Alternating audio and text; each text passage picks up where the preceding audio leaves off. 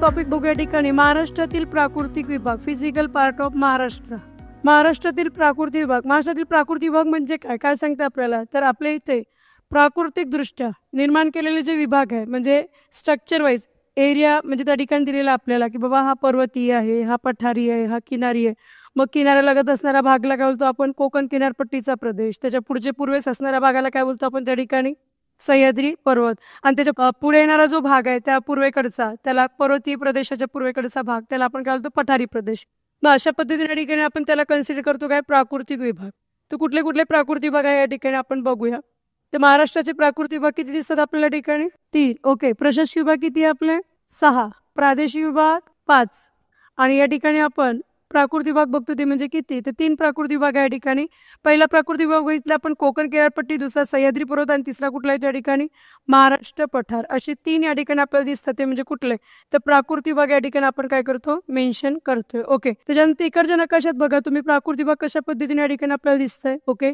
इकडे जर बघितलं आपण तर आपल्याला अरबी समुद्राचा भाग या ठिकाणी आपल्याला दिसतो, अरबी समुद्रालगत. ओके. त्याच्यानंतर त्याच्याच इकडे जर बघितलं आपण तर आपल्याला प्रदेश दिसतो कोकण किनारपट्टी, अरबी समुद्राच्या पूर्वेस या ठिकाणी कोकण किनारपट्टी, कोकण किनारपट्टीच्या पूर्वेस या ठिकाणी सह्याद्री पर्वत आणि सह्याद्री पर्वताच्या पूर्वेस या ठिकाणी दिसतं आपल्याला ते म्हणजे काय, महाराष्ट्र पठार. लक्षात. तशा पद्धतीने या ठिकाणी प्राकृतिक विभाग किती आपले ते 3 लक्षात घ्या. तर तो किनारी लगत म्हणजे या ठिकाणी कोकण किनारपट्टीचा प्रदेश आणि किनाऱ्याच्या पूर्वेकडचा सह्याद्री आणि सह्याद्रीच्या पूर्वेकडचा या ठिकाणी महाराष्ट्र पठार अशा या ठिकाणी दिसतात आपल्याला. ते म्हणजे कुठले प्राकृतिक विभाग या ठिकाणी आपण काय करतो लक्षात घेतो. ओके. सर्वात पहिल्या ठिकाणी आपण प्राकृतिक विभाग बघूया तो म्हणजे पश्चिम किनारपट्टी किंवा त्यालाच आपण कोकण किनारपट्टी बोलतो. कोकण किनारपट्टीची निर्मिती कशामुळे झालेली आपल्या इथे, तर या ठिकाणी आपल्याला सह्याद्री पर्वताचा प्रस्तरभंग त्यालाच आपण बोलतो जिओलॉजिकल फॉल्ट. काय बोलतो या ठिकाणी, जिओलॉजिकल फॉल्ट. ओके. तर प्रस्तरभंग भूगर्भातील अंतर्गत शक्ती जेव्हा कठीण खडकाने बनलेल्या भूपृष्ठावर आडव्या परंतु एकमेकाविरुद्ध किंवा क्षितिज समांतर दिशेने कार्य करत असेल तर त्या भूपृष्ठावर ताण निर्माण होऊन भूपृष्ठाला घड्या न पडता तडे पडतात, त्यास आपण काय बोलतो प्रस्तरभंग. जसं की बघा इथे डायग्राम दिले तुम्हाला, इथे तडा न पडतात म्हणजे त्या भूपृष्ठाला ठिकाणी घड्या न पडता काय पडले, तडे पडलेले. आणि तडा पडून त्या ठिकाणी जो काही भाग आपल्या इथे वरती येतो, खचलेली कडा, पायाभूत कडा, अशा 2 कडा त्या ठिकाणी आपल्याला दिसतात. आणि त्यानुसार आपल्या इथं जो काही प्रस्तरभंग दिसतो आपल्याला जिओलॉजिकल फॉल्ट, यामुळे आपल्या निर्माण झालेली जी काही एरिया आहे त्या एरियाला आपण या ठिकाणी काय नाव देतो, तर कोकण किनारपट्टी असं त्या ठिकाणी नाव देतो. मग कोकण किनारपट्टी कुठे आहे तर लक्षात घ्या, पश्चिमेस या ठिकाणी आपल्याला दिसतं काय अरबी समुद्र आणि पूर्वेला काय दिसतो आपल्याला सह्याद्री पर्वत. पश्चिमेस काय ठिकाणी अरबी समुद्र आहे. ओके. आणि पूर्वेस जर बघितलं आपण तर पूर्वेस या ठिकाणी आपल्याला पश्चिमेस अरबी समुद्र, पूर्वेला सह्याद्री पर्वत, यांच्यामध्ये असणारा चिंचोळा पट्टा म्हणजेच काय कोकण किनारपट्टी असा भाग या ठिकाणी आपण काय करतो कन्सिडर करतो. लक्षात घ्या. तर कोकण किनारपट्टीची निर्मिती लक्षात आलं तुम्हाला कशा पद्धतीने झालेली आहे. आता यावर बरेचदा प्रश्न आपल्याला विचारलेले आहेत म्हणजे कोकण किनारपट्टीची वैशिष्ट्यवर. कोकण किनारपट्टीची वैशिष्ट्य काय सांगताय तर लक्षात घ्या. पहिला प्रश्न बरेचदा आतापर्यंत आयोगाने विचारलेला आहे तो म्हणजे कुठला, तर कोकण किनारपट्टीचा विस्तार आपल्या इथं कुठून कुठेपर्यंत आहे, कुठून कुठेपर्यंत विस्तार दिसतो आपल्याला, उत्तरेस या ठिकाणी दमणगंगा, दक्षिणेस कुठली तेरेखोल नदी. ओके. म्हणजे लक्षात घ्या इथे जर बघितलं आपण त्या ठिकाणी आपल्याला दमणगंगा, दक्षिणेस जर बघितलं त्या ठिकाणी कोण तेरेखोल. ओके. तर या पद्धतीने जर बघितलं तर उत्तरेस दमणगंगा आणि दक्षिणेस तेरेखोल यानुसार आपण जर कन्सिडर केलं तर आपल्याला हा विस्तार दिसतो. आणि ही लक्षात घ्या ही कोकण किनारपट्टीचा एरिया आपल्याला या ठिकाणी दिसतो. जी काही डायग्राम तुम्हाला दिसते ही कुणाची, कोकण किनारपट्टीची. सर्वात वरती या ठिकाणी आपल्याला येतो पालघर, पालघर नंतर कोण ठाणे, ठाणे नंतर या ठिकाणी येतं कुठला रायगड, रत्नागिरी, सिंधुदुर्ग. आणि इकडे जो भाग दिसतो आपल्याला मुंबई शहर आणि मुंबई उपनगर असे 2 भाग. म्हणजे एकूण या ठिकाणी जर बघितलं आपण तर किती जिल्ह्यांचा समावेश होतो, 7 जिल्ह्यांचा समावेश होतो. आणि कोकण किनारपट्टीची लांबी, आता कोस्टल एरिया आपल्या इथे जर बघितलं तर हा थोडासा वळणावळणायचा, पण लांबी जर काउंट केली आपण स्ट्रेट कोकण किनारपट्टीची ती दिसते या ठिकाणी 560 किलोमीटर. लक्षात घ्या. जर तुम्हाला कोकण किनारपट्टीची लांबी विचारली तर 560 किलोमीटर लक्षात घ्यायची आहे. आणि जर तुम्हाला या ठिकाणी कोकण किनारपट्टीचा समुद्र किनारा विचारला किंवा महाराष्ट्र लागलेला समुद्र किनारा असा जर प्रश्न विचारला तर लक्षात घ्यायचं समुद्र किनारा किती किलोमीटरचा, 720 किलोमीटरचा. लक्षात घ्या किती किलोमीटरचा, 720 किलोमीटरचा समुद्र किनारा आहे. आणि लांबी जर विचारली कोकण किनारपट्टीची लांबी 560 किलोमीटर आणि समुद्र किनारा किती दिसतो आपल्याला 720 किलोमीटरचा आणि क्षेत्रफळ जर बघितलं 30,728 स्क्वेअर किलोमीटर आपल्याला एवढा काय दिसतो, एरिया दिसतो. तालुक्यांची संख्या या ठिकाणी 47 किंवा आपण 50 कन्सिडर करतो, लक्षात घ्या. जिल्हे 7. रुंदी जर बघितली, सरासरी रुंदी आपल्याला 30 ते 60 किलोमीटर ही रुंदी दिसतं आणि या ठिकाणी जर बघितलं तिकडे आपल्याला 40 किलोमीटरपर्यंत दिसतं आणि इथे कधी कधी रुंदी आपल्या इथे उल्हास नदीच्या खोऱ्यात, हा प्रश्न एक्झामला विचारलेला आहे, लक्षात घ्या. उल्हास नदीच्या खोऱ्यामध्ये कितीपर्यंत वाढू शकतं किंवा सर्वात जास्त रुंदी कुठल्या नदीच्या खोऱ्यात या ठिकाणी वाढू शकते, त्या ठिकाणी लक्षात घ्यायचं आहे. तर कुठल्या नदीच्या खोऱ्यात या ठिकाणी वाढू शकते, आपल्या इथे उल्हास नदीच्या खोऱ्यामध्ये वाढू शकते, हे तुम्हाला लक्षात घ्यायचं आहे. ओके, तर लक्षात घ्या.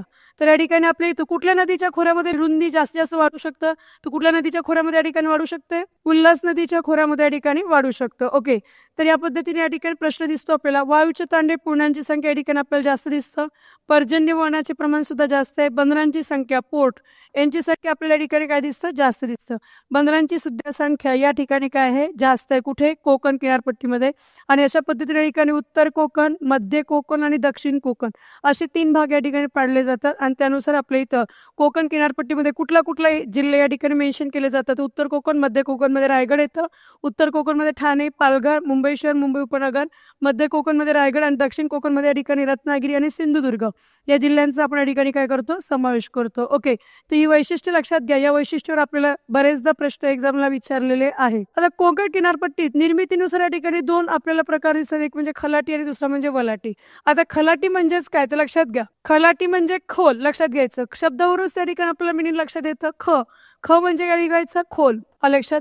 पश्चिमेकडील अरबी समुद्रालगतचा सखल भागास खलाटी असे म्हणतात.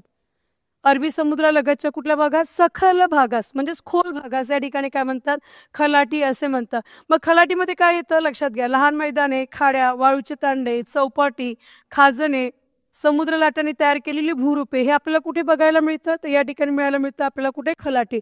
आणि खलाटी हा भाग कुठे असतो, तर समुद्रालगतचा सखल व खोल भाग म्हणजे या ठिकाणी काय सांगता येईल आपल्याला, खलाटी. दुसऱ्या ठिकाणी बघतो आपण वलाटी. वलाटी काय कन्सेप्ट आहे, तर वलाटी म्हणजे लक्षात ठेवायचं वर किंवा उंच असं लक्षात ठेवायचं आपल्याला. ओके, कोकण किनारपट्टीच्या सह्याद्री पर्वताकडील पायथ्यालगतच्या भागाला वलाटी असे म्हणतात. साधारणतः उंची 200 ते 300 मीटर या ठिकाणी दिसतो. उतार जो आहे तीव्र स्वरूपाचा उतार या ठिकाणी दिसतं.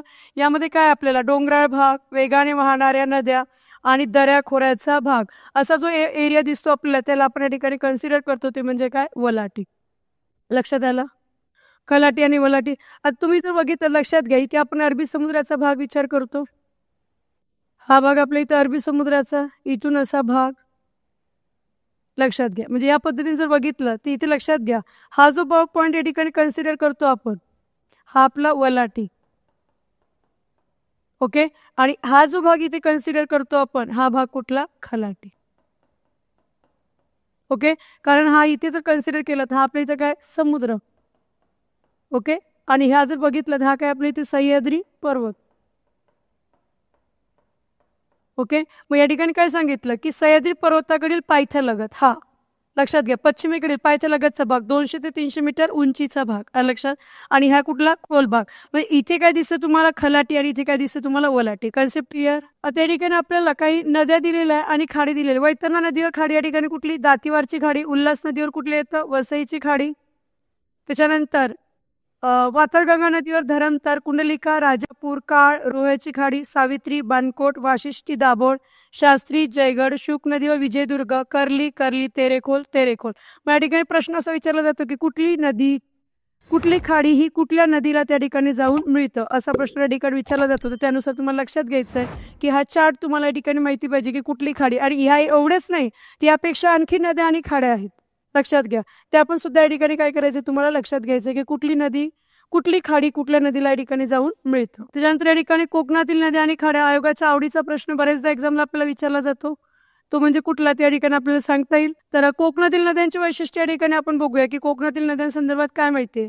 कोकणातील नद्यांचा उगम कुठे होतो, तर लक्षात घ्या, सह्याद्री पर्वतामध्ये नद्यांचा काय होतो, उगम होतो. नद्यांची लांबी जर बघितलं 49 to 155 किलोमीटर होतं. सर्वात लांब नदी लक्षात घ्या, वैतरणा. लांबी किती आपल्या इथे 154 किलोमीटर. त्यानंतर नदी येतं कुठली, उल्हास नदी. उल्हास नदीची लांबी जी बघितली आपण त्या ठिकाणी 121 किलोमीटर काय दिसतं आपल्याला लांबी दिसतं. कुणाची, उल्हास नदीची. सर्व नद्या मिळतात कुणाला, अरबी समुद्राला. प्रवाहाची दिशा सगळ्या नद्यांची कुठली आहे, पश्चिम वाहिनी. प्रवाहाचा वेग अतिशय तीव्र दिसतो आणि या नद्या बारमाही नाही आहे, लक्षात घ्या. आता या बारमाही नद्या का नाहीये, हा, आणि नद्या ह्या काय वाहतात आपल्या इथं, अतिशय तीव्र वेगाने नद्या काय होतात त्या ठिकाणी वाहतात. तीव्र वेगाने वाहत असल्यामुळे या ठिकाणी काय होतं की त्या 12 महिने म्हणजे सर्व पाणी त्या ठिकाणी कोणाला मिळतं, सर्व पाणी अरबी समुद्राला त्या ठिकाणी जाऊन मिळतं. त्याच्यामुळे त्यांना आपल्याला 12 पाणी या ठिकाणी दिसत नाही. ओके, परंतु या नद्या व्ही आकाराच्या दऱ्या काय होतात आपल्या इथं तयार करतात. प्रश्न एक्झामला विचारलाय, कुठल्या नद्या व्ही आकाराच्या दऱ्या तयार करतात, तर लक्षात घ्या कोकणातील नद्या या व्ही आकाराच्या दऱ्या तयार करतात. कुठल्या नद्या, कोकणातील नद्या. हा पण या ठिकाणी लक्षात ठेवायचा आहे. त्यानंतर या नद्या त्रिभुज प्रदेश तयार करत नाही. मग प्रश्न असा विचारला जातो की कुठल्या नद्या त्रिभुज प्रदेश तयार करत नाही, तर कोकणातील नद्या त्रिभुज प्रदेश तयार करत नाही.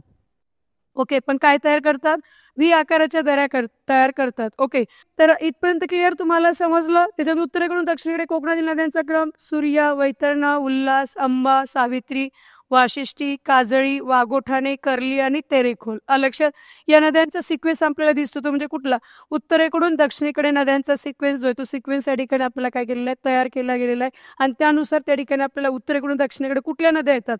आता ज्या काही आपल्या एवढ्या नद्या दिल्या तेवढ्या सगळ्या नद्या या ठिकाणी एक्झामला विचारल्या जात नाही मित्रांनो, लक्षात घ्यातल्या फक्त मोजून 4 नद्या आपल्याला त्या ठिकाणी दिल्या जातात. आणि त्या नद्यांचा सिक्वेन्स आपल्याला विचारला जातो की कुठली नदी उत्तरेकडून दक्षिणेकडे या ठिकाणी काय होते, प्रवाहित होते, यांचा क्रम लावा, असा प्रश्न इथे आपल्याला विचारला जातो. ओके, तर नद्या संदर्भात ही माहिती तुम्हाला काय करायची आहे, लक्षात घ्यायची. तिथपर्यंत क्लिअर तुम्हाला. ओके, आता कोकणामध्ये ना दुसरं महत्वाचं म्हणजे कोकणामध्ये काय येतं, तर काय काय लक्षात घ्यायचं असतं आपल्याला. कोकणात काय पुळण येतात आपल्या इथे, पुळणांची संख्या तुम्हाला माहिती असेल. काही आपल्या इथं बीच, त्या ठिकाणी पुळणलाच आपण बीच बोलतो. कुठले कुठले बीच कुठे आहे याच्यावर प्रश्न विचारले जातात. मग इथे आणखी अभ्यास कशावर करायचा कोकणामध्ये, शक्यतो आपला प्रश्न नद्या खाड्या यावर प्रश्न विचारला जातो, विस्तार कसा आहे त्यावर. ओके, त्यानंतर या ठिकाणी आपल्याला प्रश्न विचारला जातो पुळण. ओके, बीच यावर प्रश्न विचारला जातो. दुसऱ्या ठिकाणी जर बघितलं आपण कोकणातील संशोधन केंद्र, कोकणातील संशोधन केंद्र. ओके, आता कोकणातील संशोधन केंद्र जर बघितलं आपण, जसं की गवत संशोधन केंद्र कुठे आहे आपल्या इथे, गवत संशोधन केंद्र कुठे दिसतं आपल्याला, लक्षात घ्या. गवत संशोधन केंद्र पालघर या ठिकाणी. त्याच्यानंतर आंबा संशोधन केंद्र कुठे येतं, देवगड. काजू संशोधन केंद्र वेंगुर्ला.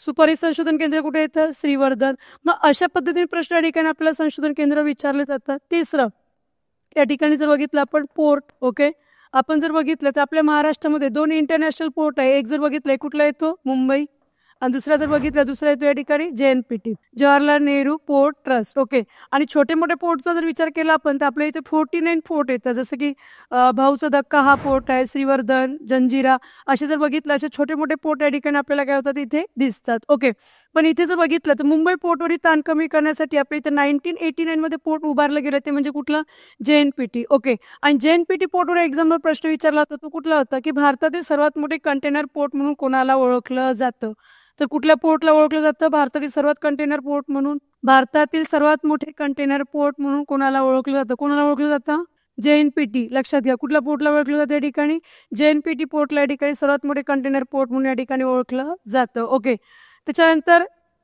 आणखी प्रश्न कशावर येतो या ठिकाणी, तर आपल्याला विचारले जातात ते म्हणजे काय, फोर्ट. फोर्ट मीन्स या ठिकाणी किल्ले. ओके, मग या ठिकाणी भूदुर्ग किल्ले आणि जलदुर्ग किल्ले. भूदुर्ग म्हणजे या ठिकाणी आपण किल्ल्याचं बघितलं, किल्ल्यांचे 3 प्रकार येतात. एक येतो आपल्या इथं कुठला, गिरिदुर्ग, दुसरा येतो या ठिकाणी कुठला, जलदुर्ग, आणि तिसरा येतो भुईकोट. ओके, असे जर बघितले असे 3 किल्ले. ओके, पण कोकणामध्ये जर बघितलं आपण तर 2 प्रकारचे किल्ले दिसतात या ठिकाणी आपल्याला, भूदुर्ग आणि जलदुर्ग. जसं की मालवण किल्ला हा कुठे येतो आपल्या, त्याला सिंधुदुर्ग किल्ला बोलतो. रत्नागिरी या ठिकाणी येतो, हा जलदुर्ग आहे. मुरुड, जंजिरा, अजिंक्य किल्ले आपल्या इथं. ओके, मग कोकणातील जेवढे जेवढे महत्वाचे किल्ले आहेत त्या महत्वाच्या किल्ल्यांवर या ठिकाणी आपल्याला काय केला जातो, प्रश्न विचारला जातो. तर तो पॉईंट या ठिकाणी तुम्हाला काय करायचं आहे, लक्षात घ्यायचा आहे. ओके, तर मेन पॉईंट या ठिकाणी अभ्यास, जेणेकरून आपल्याला त्यावर प्रश्न विचारला तर आपला प्रश्न जाता कामा नाही. ओके, लक्षात आहे तुम्हाला. कोकणात काय काय लक्षात घ्यायचं आहे, नद्या, खाड्या, पोर्ट, त्याच्यानंतर किल्ले, त्याच्यानंतर बीचेसवर प्रश्न बऱ्याचदा आता आयोगाने हायलाईट केलेला आहे. बऱ्याचदा प्रश्न बीचेसवर विचारला जातं. एकीकडे जिल्हा आणि एकीकडे कुठलं बीच त्या ठिकाणी आपल्याला दिलेलं आहे. असाही प्रश्न त्या ठिकाणी काय केला जातो, विचारला जातो. त्यामुळे इथे जे मेन पॉईंट मी सांगते त्या मेन पॉईंटवर या ठिकाणी काय करायचं आहे, भर द्यायचं आहे आणि आयोग यावरच आपल्याला प्रश्न काय केले जातात, त्या ठिकाणी विचारले जातात. ठीक आहे. काही आता नद्या आपल्या इथं, तर नद्यातील जलाशयाचं नाव या ठिकाणी आपल्याला विचारलं जातं. जसं की वैतरणा नदीच्या जलाशयाचं नाव या ठिकाणी काय आहे, वैतरणा नदीच्या जलाशयाचं नाव काय आहे, मोडक सागर. मग प्रश्न असा विचारला जातो की मोडक सागर हे कुठल्या नदीच्या जलाशयाचं नाव आहे, असा प्रश्न इथे विचारला जाऊ शकतो. तर तुम्हाला लक्षात घ्यायचं आहे की कुठल्या नदीच्या जलाशयाचं नाव या ठिकाणी दिसतं आपल्याला, मोडक सागर. Point clear. त्याच्यानंतर येतं आपल्या इथं पश्चिम महाराष्ट्र किंवा त्यालाच आपण या ठिकाणी बोलतो सह्याद्री पर्वत. पश्चिम महाराष्ट्र किंवा सह्याद्री पर्वत. ओके. सह्याद्री पर्वताची निर्मिती आपल्या इथं कशामुळे झालेली, तर सह्याद्री पर्वताची निर्मिती या ठिकाणी भूकंप व ज्वालामुखीच्या उद्रेकाने या ठिकाणी आपल्या इथे काय झालेली आहे, निर्मिती झालेली आहे. ओके. त्याच्यानंतर लांबीचा विचार केला आपण 446 किंवा ॲक्युरेट म्हणजे राऊंड फिगर या ठिकाणी जर बघितलं तर 440. पण आयोगाने या ठिकाणी आपल्याला ही जी आहे ही त्या ठिकाणी आपल्याला दिली आहे 446. लक्षात घ्या. महाराष्ट्रात सह्याद्री पर्वताची लांबी किती आहे तर लक्षात घ्या, ॲक्युरेट आहे 446. जर राऊंड फिगर जर बघितलं ती कन्सिडर केलं तर त्या ठिकाणी 440. एवढं तुम्हाला काय करायचं आहे, लक्षात घ्यायचं आहे. भारतात लांबी जर बघितली तर 1600 किलोमीटर लांबी दिसतं आणि महाराष्ट्रात आपल्याला 446. सरासरी उंची 915 ते 1220. हा पण प्रश्न एक्झामला विचारलाय की महाराष्ट्रात सह्याद्री पर्वताची उंची किती आहे, 915 ते 1220 मीटर एवढी सह्याद्री पर्वताची आपल्या इथे उंची आहे. त्याच्यानंतर सह्याद्री पर्वतातील सर्वात उंच शिखर जर बघितलं या ठिकाणी तर आपल्या इथे येतं कुठलं, कळसूबाई. 1646 मीटर एवढी काय त्याची हाईट येतं. म्हणूनच कळसूबाईला या ठिकाणी काय म्हटलं जातं तर लक्षात घ्या, महाराष्ट्राची एव्हरेस्ट म्हणून त्या ठिकाणी ओळखलं जातं. मग प्रश्न तुम्हाला दोन्ही अँगलने विचारला जाऊ शकतो, महाराष्ट्रातील सर्वात उंच शिखर कुठलं किंवा सह्याद्री पर्वतातील सर्वात उंच शिखर कुठलं. दोन्ही प्रश्न विचारले तरी दोन्ही पृष्ठाचा आन्सर काय येणार या ठिकाणी, एकच येणार, ते म्हणजे कुठलं, कळसूबाई. लक्षात घ्या काय येणार, कळसूबाई. ओके. आता इथे जर बघितलं तर आपल्याला असं विचारलं जातं की भारतातील सह्याद्री पर्वतातील सर्वात उंच शिखर, सह्याद्री पर्वतातील सर्वात उंच शिखर कुठलं आहे, भारतातील. महाराष्ट्रातील आत्ताच बघितलं आपण, महाराष्ट्रातील सह्याद्री पर्वतातील सर्वात उंच शिखर कुठलं, कळसूबाई. बरोबर आहे. मग भारतातील सर्वात उंच शिखर या ठिकाणी जर बघितलं आपण तर या ठिकाणी कुठलं येतं, ते येतं अनाईमुडी. कुठे येतं, अनाईमुडी. हे आपल्याला उंच शिखर या ठिकाणी दिसतं. ओके. लक्षात घ्या. 2695 मीटर एवढी याची हाईट आहे. ओके. त्याच्यानंतर काय होतं की आपल्या इथे वर्ल्ड हेरिटेज साईटमध्ये सुद्धा या ठिकाणी युनेस्कोने जाहीर केलेलं आपल्या इथं पश्चिम घाटातील एकूण 39 प्लेस, किती प्लेस, 39 प्लेसला त्या ठिकाणी जर बघितलं आपण त्या ठिकाणी काय केलं आपल्याला, तर 39 प्लेसला त्या ठिकाणी आपल्याला इथे जागतिक वारसा बायोडायव्हर्सिटीमध्ये या ठिकाणी काय केलं, कन्सिडर केलेलं आहे. 39. त्यापैकी केरळाचे 20 आहे, कर्नाटकाचे 10 आहे, तमिळनाडूचे 5 आहे आणि आपल्या महाराष्ट्राचे 4 आहे. लक्षात. मग असं वर्ल्ड हेरिटेज साईटमध्ये या ठिकाणी आपल्या इथे दिलेले हे प्लेस आहे. म्हणजे राधानगरी येतं, आपल्या इथं कोयना येतं, त्याच्यानंतर जर बघितलं भीमाशंकरचा उल्लेख त्या ठिकाणी केलेला आहे. म्हणजे या पद्धतीने जर बघितलं आपण तर आपल्या इथं हे कन्सिडर केलेला भाग इथे आपल्याला दिसतोय. ओके. तर जे बायोडायव्हर्सिटीचं प्रमाण हा ठिकाणी जर बघितलं तर या सह्याद्री पर्वताच्या भागामध्ये आपल्याला सर्वात जास्त दिसतं. म्हणून आपल्या भारतातील 2च प्लेस या ठिकाणी जर बघितलं जैवविविधतामध्ये कन्सिडर केला, एक म्हणजे हिमालयातील पूर्व भाग आणि दुसरा म्हणजे भारतातील पश्चिम घाट किंवा सह्याद्री पर्वत. हे आपल्या ठिकाणी काय होतंय, दिसतंय. ओके. त्याच्यानंतर या ठिकाणी बरेचदा आयोगाने प्रश्न विचारलाय, तो म्हणजे कुठला, तर लक्षात घ्या, महाराष्ट्रात सह्याद्री पर्वताची उंची उत्तरेकडून दक्षिणेकडे जात असताना कमी कमी होत जाते. लक्षात घ्या. महाराष्ट्रात सह्याद्री पर्वताची उंची उत्तरेकडून दक्षिणेकडे जात असताना कमी कमी होत जाते. ओके. या उलट प्रश्न असा पॉइंट आपल्याला सेंटेन्स दिलं जातं, ते म्हणजे कुठलं, तर भारतामध्ये सह्याद्री पर्वताची उंची उत्तरेकडून दक्षिणेकडे जात असताना ती वाढत जाते. लक्षात, उंची या लक्षात घ्या, या पद्धतीने वाढत जातं. लास्ट टाइम आपण इथं प्रश्न जो विचारला होता, म्हणजे भारताचा जर विचार केला आपण या पद्धतीने, तर भारतामध्ये या ठिकाणी आपल्याला असा जो भाग दक्षिणेकडचा आपला भाग दिसतो या ठिकाणी, इथे सह्याद्री पर्वत. ओके. त्यांनी विचारलं होतं की केरळमध्ये सह्याद्री पर्वताचं या ठिकाणी खच्चीकरण झालंय, त्या ठिकाणी कुठली खिंड तयार झालेली आहे, असा प्रश्न या ठिकाणी विचारला होता. काय सांगता येईल आपल्याला, कुठली खिंड तयार झालेली आहे तिथे, प्रश्न विचारला आयोगाने की सह्याद्री पर्वताचं केरळ या प्रदेशामध्ये खच्चीकरण झालेलं आहे आणि खच्चीकरण झालेल्या भागामध्ये त्या ठिकाणी कुठली खिंड तयार झालेली आहे, कुठली खिंड तयार झालेली आहे, हे त्याचं आन्सर होतं. कुठली खिंड, पालखिंड तिथे तयार झालेली आहे. पालघाट. ओके, बरोबर. त्याच्यानंतर जर बघितलं आपण तर दुसरा प्रश्न या ठिकाणी कसं होतं की कर्नाटकामध्ये या ठिकाणी नदी दिसतं आपल्याला. कुठली नदी? त्या नदीवर आपल्या भारतातील सर्वात उंच धबधबा आहे. त्या धबधब्याचं नाव काय? भारतातील सर्वात उंच धबधबा काय सांगता येईल आपल्याला? सर्वात उंच धबधबा कुठला भारतातील? जोग किंवा गिरस्पा धबधबा. बरोबर आहे. शरावती नदीवर, कावेरी नदीवर नाही, हा लक्षात घ्या. कावेरी नदीवर नाहीये सागर, लक्षात घ्या. रिया बरोबर. कुठल्या नदीवर येतं? शरावती नदीवर. कुठे आलं आपल्या इथे? कर्नाटकमध्ये. तर लक्षात घ्या. तर भारतातील सर्वात उंच धबधबा जोग किंवा त्याला आपल्या इथे काय बोलतात? गिरस्पा. हा भारतातील सर्वात उंच धबधबा हा इथेच म्हणजे भारताच्या याच दक्षिण भागामध्ये कर्नाटकमध्ये या ठिकाणी आपल्याला तयार झालेल्या ठिकाणी दिसून येतो. सोबतच या ठिकाणी जर बघितलं आपण जगातील सर्वात उंच धबधबा काय सांगतील आपल्याला? जगातील सर्वात उंच धबधबा एंजल धबधबा व्हेनेझुएला कंट्रीमध्ये येतं आपल्या इथं. हे व्हेनेझुएला कंट्रीमध्ये दक्षिण अमेरिका खंडामध्ये ओरिनाको रिव्हर येतो. तो म्हणजे कुठला? एंजल धबधबा हा या ठिकाणी आपल्याला दिसतो. आणि भारतातील सर्वात उंच धबधबा जोग किंवा गिरस्पा. ओके, तर या पद्धतीने या ठिकाणी आपल्याला लक्षात येतो की हा आपल्या इथे लक्षात घ्या. इकडे पठार आणि इकडे काय? कोकण किनारपट्टी. याच्यामध्ये असणारा जो भूभाग दिसतो आपल्याला, ओके, कुठून? नवापूर पासून तर चंदगड पर्यंत. लक्षात घ्या महाराष्ट्रामध्ये सह्याद्री पर्वताचा विस्तार हा कुठून कुठेपर्यंत आहे? उत्तरेस नवापूर आणि दक्षिणेस मध्ये चंदगड, इथून इथपर्यंत. आणि पूर्वेस त्याच्या असणारा कोण आपल्या इथे? तर पूर्वेस असणारा महाराष्ट्र पठार आणि पश्चिमेस असणारा सह्याद्री पर्वत. याच्या मधोमध असणारा जो भाग दिसतो तो म्हणजे या ठिकाणी कन्सिडर करतो आपण म्हणजे काय? सह्याद्री पर्वत. पण क्लिअर? ओके, सह्याद्री पर्वतातील आपल्याला महत्वाचा प्रश्न विचारला जातो की सह्याद्री पर्वतामध्ये असणारे शिखर, सर्वात उंच शिखर कुठले कुठले यावर प्रश्न विचारला जातो की सह्याद्री पर्वतामध्ये येणाऱ्या शिखरांचा उंचीनुसार काय करा तुम्ही?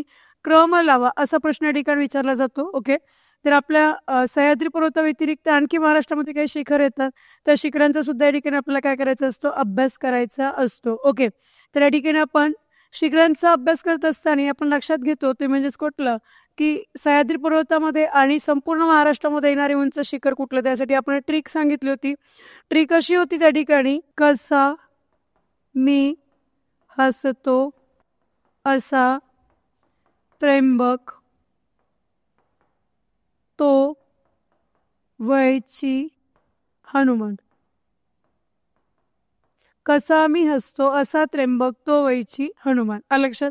मग या ठिकाणी काय होतं की आपल्याला इथे जर बघितलं आपण कसा मी हसतो, कसा मी हसतो असा त्र्यंबक तो वयची हनुमान. लक्षात? म्हणजे एका याच्यामध्ये या ठिकाणी आपण किती शिखर तर लक्षात घ्या 12 शिखर या ठिकाणी काय करतो आपण? लक्षात ठेवतो. ओके, कमीज या ठिकाणी कुठला? कळसुबाई. दुसरा कुठला येतो आपल्या इथं? साल्लेर. नंतर महाबळेश्वर, हरिश्चंद्र, सप्तशृंगी, तोरणा, अस्तंबा, त्र्यंबकेश्वर, तोला, वैराट, चिखलदरा आणि हनुमान. लक्षात? ज्या पद्धतीने आपण ॲट ए टाइम 12 शिखर या ठिकाणी काय करू शकतो? लक्षात ठेवू शकतो. ट्रिक काय लक्षात ठेवायची आपल्याला?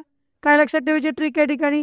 कसा मी हसतो असा त्र्यंबक तो वयची हनुमान. म्हणजे तुम्ही या ठिकाणी काय करू शकतात की लक्षात ठेवू शकतात की कशा पद्धतीने या ठिकाणी आपल्याला काय केलेलं आहे? मेन्शन केलं गेलेलं आहे. ओके, कळसुबाई 1646 नगरमध्ये, साल्लेर 1567, महाबळेश्वर 1438, हरिश्चंद्र 1424, सप्तशृंगी, तोरणा, राजगड, रायरेश्वर. लास्ट टाइम एक्झामला हा प्रश्न विचारला होता. रायरेश्वर शिखराची उंची किती? लक्षात घ्या या ठिकाणी 1373 मीटर एवढी हाईट आहे. वन लाईनर प्रश्न होता की रायरेश्वर शिखराची उंची किती आहे. ओके, रायरेश्वर शिखर हे कुठे येतं माहिती आहे तुम्हाला? रायरेश्वर शिखर कुठे येतं? पुणेमध्ये भोर तालुक्यामध्ये येतं. लक्षात घ्या, पुणेमध्ये कुठे येतं? तर भोर तालुक्यामध्ये येतं या ठिकाणी शिखर. ते म्हणजे कुठलं? रायरेश्वर शिखर. ओके, शिंगी, नाणेघाट, त्र्यंबकेश्वर, वैराट आणि चिखलदरा हे दोन्ही येतात आपल्या इथं कुठे? अमरावती. ओके, तर मोर दॅन या ठिकाणी फोकस आपल्याला असा केला जातो की जरी आपल्याला उंची माहिती नसेल पण ट्रिक जर माहिती असेल आपल्याला तर ट्रिक लक्षात ठेवायचं या ठिकाणी. ती म्हणजे कुठली? कसा मी हसतो असा त्र्यंबक तो वयची हनुमान. लक्षात? तर यावेळी आपण या ठिकाणी काय करू शकतो ते लक्षात घेऊ शकतो. Okay, point clear? महाराष्ट्रातील सह्याद्री पर्वतातील उंच शिखर कुठले आहे किंवा कशा पद्धतीने या ठिकाणी आपल्याला दिलेले आहेत. ओके, त्याच्यानंतर महाराष्ट्रातील घाट आणि रस्ते लक्षात घ्या. घाट आणि रस्त्यावर प्रश्न काय येतो, आता बघ शिखरावरून काय प्रश्न विचारला जातो आपल्याला. ओके, 1373 आहे लक्षात घ्या. बऱ्याच ठिकाणी आपल्याला 1337 दिलेला आहे, बट तुम्ही जर या ठिकाणी सर्च केलं तर तुम्हाला त्या ठिकाणी रायरेश्वर शिखराची उंची ही 1373 मीटर एवढी आपल्याला त्याची काय दिसतं, हाईट दिसतंय. ओके, प्रश्न बघा कसे विचारला गेला आपल्याला शिखरांवर. शिखरांचा उंचीनुसार क्रम लावा असा प्रश्न त्या ठिकाणी आपल्याला विचारला गेलेला आहे. ओके, सेकंड या ठिकाणी एकीकडे उंची आणि एकीकडे शिखर मॅच द पेअर असा प्रश्न विचारला जातो. तिसरा प्रश्न या ठिकाणी प्रश्न विचारला जातो एकीकडे शिखर आणि त्या शिखर कुठल्या जिल्ह्यामध्ये येतं असा प्रश्न विचारला जातो. नेक्स्ट प्रश्न त्या ठिकाणी विचारला जातो तुम्हाला वन लाईनर की कुठलं शिखर, जसं की मी तुम्हाला सांगितलं की रायरेश्वर शिखराची उंची किती, असाही प्रश्न त्या ठिकाणी तुम्हाला विचारला जाऊ शकतो. तर मित्रांनो लक्षात घ्या, कुठल्याही अँगलनी आयोग आपल्याला प्रश्न विचारला जातो, कसाही प्रश्न विचारू द्या. जर तुम्हाला ठिकाणी शिखर माहिती असेल तर तुम्ही त्या प्रश्नाचं उत्तर त्या ठिकाणी नक्कीच देऊ शकता. छोटे मोठे शिखर जर विचार केला आपण, आता जसं शिंगी बघितलं आपण, राजगड बघितलं, असे जर शिखर बघितले ना तर छोटे मोठ्या शिखरांचा जर विचार केला तर आपल्या महाराष्ट्रामध्ये 22 ते 23 असे छोटे मोठे शिखर या ठिकाणी आपल्याला काय होतात दिसतात, त्याहीपेक्षा जास्त. पण कसं होतं की आयोगाने आपल्याला ज्याच्यावर फोकस केला, ज्यावर प्रश्न विचारले त्यावरच आपण काय करतो इथे लक्ष देतो. त्याच्यामुळे ते तुम्ही या ठिकाणी काय करायचं लक्षात घ्यायचं आहे.